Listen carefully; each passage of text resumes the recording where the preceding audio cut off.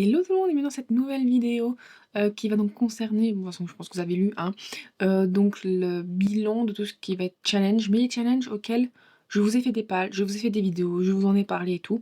Pas forcément les challenges du style l'ABCDR challenge que j'ai fait dans mon reading journal, mon challenge de dragon, trucs comme ça, non. Ici j'ai vraiment plus envie voilà, de vous faire en fait le bilan parce que je vous fais des vidéos, je vous montre ma pale et tout machin, mais pas forcément la conclusion. Donc ça va concerner 3 challenges, le Creature Challenge, le Cold Winter Challenge et le Challenge Romantasy. Donc on va commencer par le plus vieux qui en soi techniquement a été fait entre septembre et novembre 2024. C'est donc le Creature Challenge. Qu'est-ce que le Creature Challenge? Alors techniquement c'est un challenge totalement personnel mais auquel cas je vous partage parce que voilà, je suis juste très hypée, on va dire ça comme ça, très contente. J'ai envie de vous parler et en fait c'est un peu la saison où je trouve que à partir de septembre, avec la rentrée scolaire, les fêtes qui approchent, il n'y a pas forcément de challenge ou il y a quand même bien un challenge, c'est le Pumpkin Autumn Challenge. Mais je sais pas, j'ai du mal avec ce challenge. Il est pourtant très sympa, mais j'ai beaucoup de mal à m'y mettre avec celui-ci. Et donc je me suis dit, je vais essayer de faire mon propre challenge avec les créatures. Tout simplement parce que voilà, mes premières romances, donc c'était romances paranormales avec des démons. Sauf que même si moi je lis des romances où ces genres de créatures, voilà, c'est une humaine on tombe généralement amoureuse. Pour d'autres personnes, les démons, c'est plutôt quelque chose de terrifiant, d'horrifique. Et donc, du coup, je trouvais que ça.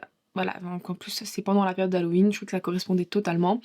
Donc voilà, du coup, c'est un challenge globalement que, même s'il est plutôt perso, très personnel, j'ai envie de vous partager. Donc, je vous montre souvent des pales. Et donc, du coup, il est à peu près de mi-septembre à mi-novembre que j'organise à peu près en même temps que le Pumpkin Dawn Challenge. Et donc cette année, j'avais fait une belle palle et l'année-là, j'avais fait donc une belle palle et tout, j'étais super hypée en me disant ouais, vas-y, je vais lire. Et le bilan sur les 10 livres, j'en ai lu que un. Voilà, c'était très très nul. Euh, et encore, ce livre-là, je l'ai lu en me forçant d'une certaine manière parce que c'était un tome 1 et le tome 2, le tome 3 de l'autrice, elle est et non, pas aller, je crois que c'est je sais plus si c'est sur son site ou sur Ulule. Je crois que c'est sur son site, mais du coup, en fait, elle, ressortait comme la campagne Ulule, auquel j'avais participé pour le premier tome.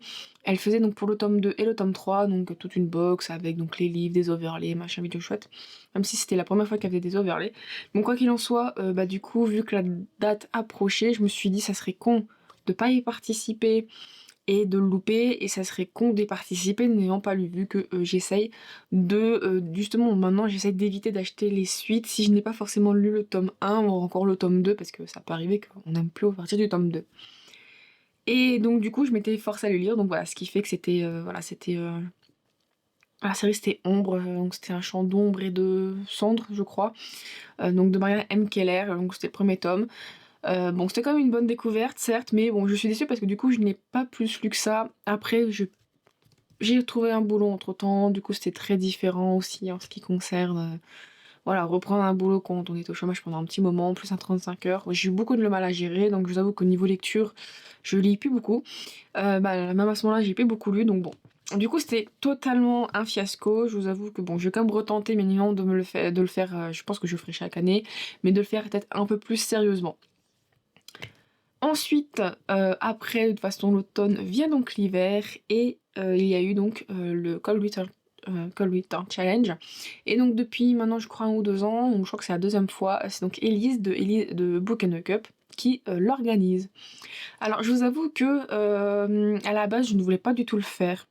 Tout simplement parce que voilà, j'étais pas dans le mood, j'étais pas dans le mood de lire déjà, ni dans le mood de Noël parce que voilà, cette année en 2024, je vous avoue que Noël c'était horrible personnellement.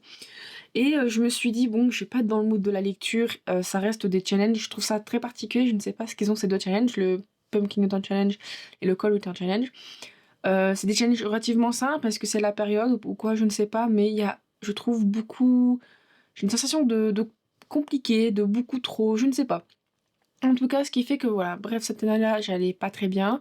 Donc du coup, je voulais quand même essayer d'y participer parce que j'ai vu la vidéo, j'avais vu quand même les thèmes étaient très plaisants et je me suis dit en soi, lieu de trop me prendre la tête, je vais prendre quand même quelque chose de simple. Donc j'avais décidé de prendre, que 2 templates. C'était, Féerie des fêtes, je crois et Voyage en Scandinavie et voilà, donc je me suis dit: «Je vais prendre que 2 menus», donc ça s'appelle ça en menu et sur les menus, je vais encore limite choisir aussi les sous-menus qu'il y a. Donc j'avais mis à peu près 4 livres dans chaque menu. Bon, j'en ai réussi à en lire que 1 dans chaque menu, voilà. J'ai même pas eu l'occasion de lire la LC en plus d'un livre que j'avais en plus. Bref, je suis quand même d'un côté contente, c'est quand même plus que mon Creature Challenge, mais c'est quand même pas non plus, totalement fifou. Donc je n'ai lu que 2 livres en tout et pour tout, voilà. Bon, est-ce que je le retenterai cette année? Je vous avoue que je pense qu'on verra au moment venu, parce que d'un côté j'ai envie de dire: «Pourquoi pas?» à voir, d'un autre j'ai envie de dire: «Non». Parce que, bah, à mettre trop de challenges, trop de trucs, j'arrive pas forcément à avancer dans moi ce que je veux et c'est pas forcément, le but en général.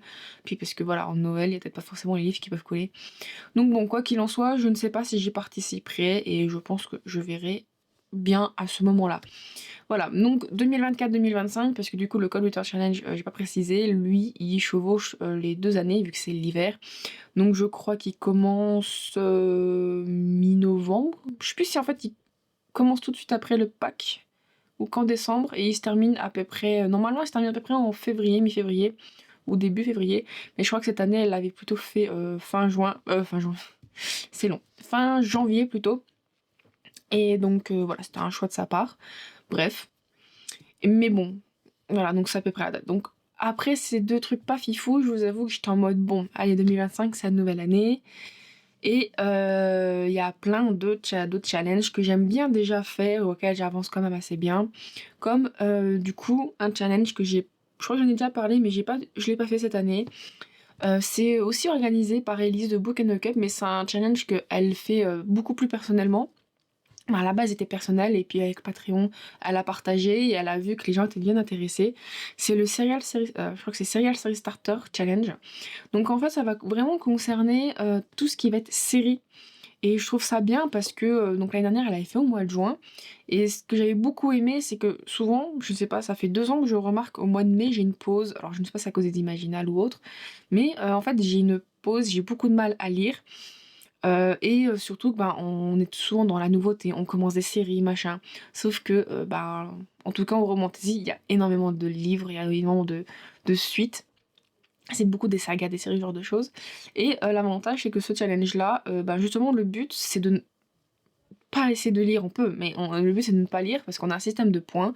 On perd des points quand on commence une série, on gagne des points, quand, on avance dans une série, quand on est même carrément à jour ou quand on l'abandonne et donc j'aimais beaucoup ce challenge parce que ça me permettait de faire un point. Donc indirectement, ça me permettait de faire un point sur: «Bon, j'ai telle série, j'essaie de m'imposer de les lire, mais est-ce que c'est bien de les continuer ou pas du tout?»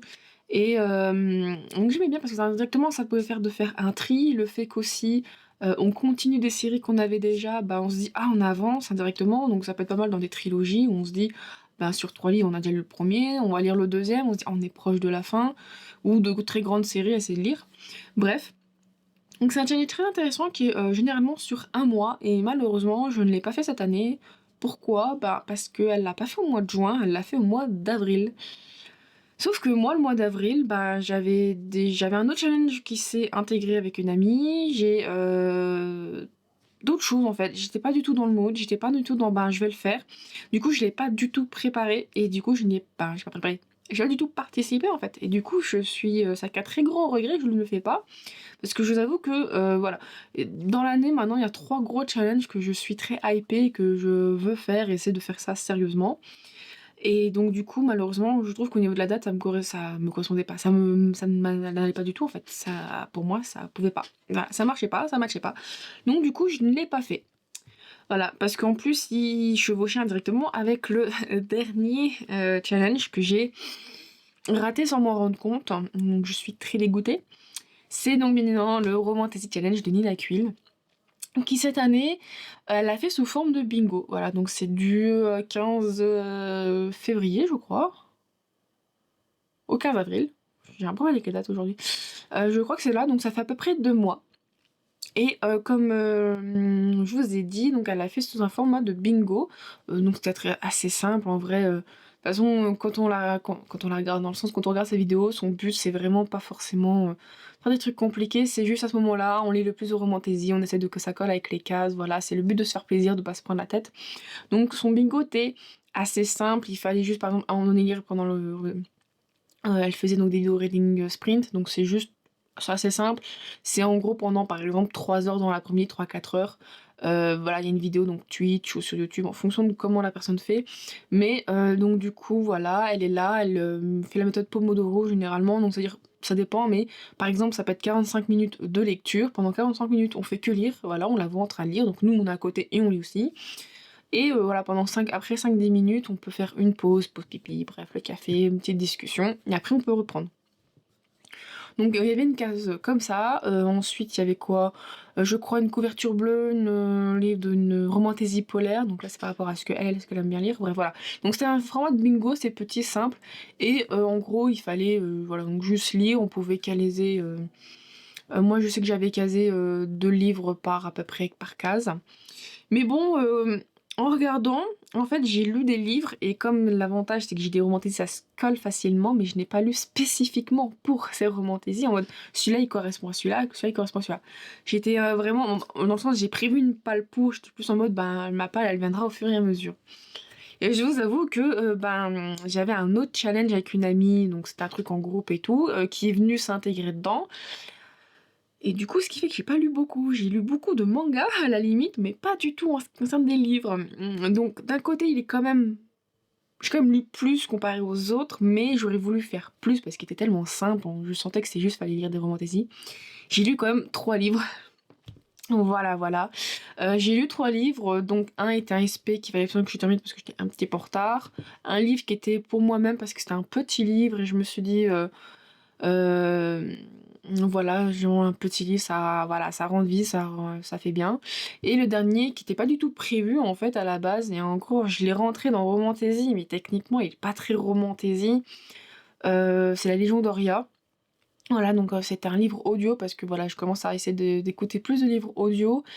Et bon, il est plus young adult fantasy que romantaisie parce que la romance, il y en a pas vraiment, elle est tellement en fond de fond de fond que voilà. Mais je me suis dit bon, je vais essayer de l'intégrer, peut-être que oui, peut-être que non.